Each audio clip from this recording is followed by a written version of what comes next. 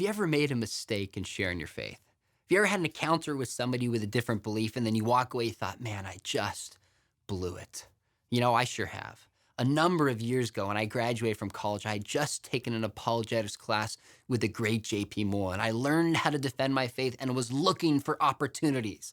I was up in Breckenridge, Colorado. I went to get my hair cut. And as I sat down, the lady who was cutting my hair noticed I had a Christian book. And she said, "Oh, is that a Christian book?" I said, "Yeah."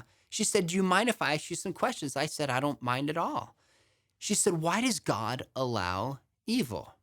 And honestly, sadly looking back, my first thought was, that's all you got? This is easy. I jumped in. I said, well, you can't even have evil without good, and you can't have good without God. Your very question assumes there's a God. I said, besides, God gives us free will. He didn't want us to be robots. I was giving her all the good apologetic arguments that I knew. And then she asked me a question, bam, I was ready and I shot it down. And then all of a sudden, while she's cutting my hair, she stops and she's crying. And she says, this is a bunch of, I'll leave it blank and let your imagination run wild. And I'm not gonna lie, it actually made me kind of nervous because she was holding scissors to my head. And I remember sitting there thinking, what is the matter with her? My goodness, we're having a great conversation. Why did she get so upset? And she looks at me and she goes, you have an answer for everything. It can't be that simple. Well, I felt bad, changed the subject, gave her a big tip. I was walking out. I said to my friend, I said, man, she was so sensitive. What's the matter with her? He stopped to look at me and he said, McDowell, do you have any reason how arrogant you just were towards her? And it was like a sledgehammer. I stopped and I realized I was so concerned with winning an argument. I was so concerned with making a point. I didn't even take the time to listen and the time to understand.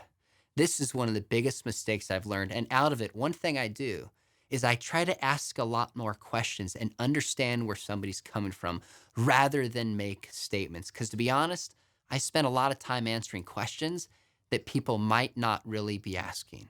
In particular, on the issue of suffering and evil, whenever somebody says, why does God allow evil? If I can, I'll simply say, gosh, that's a great question. Of all the questions you can ask about God, why that one?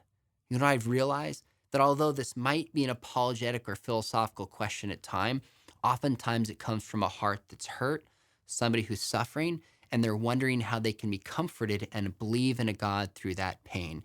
How we answer that is very, very different. So get out there, share your faith, be bold and have conversations, but make sure you ask questions. Make sure you understand the question that people are really asking so you can address it in a proper way.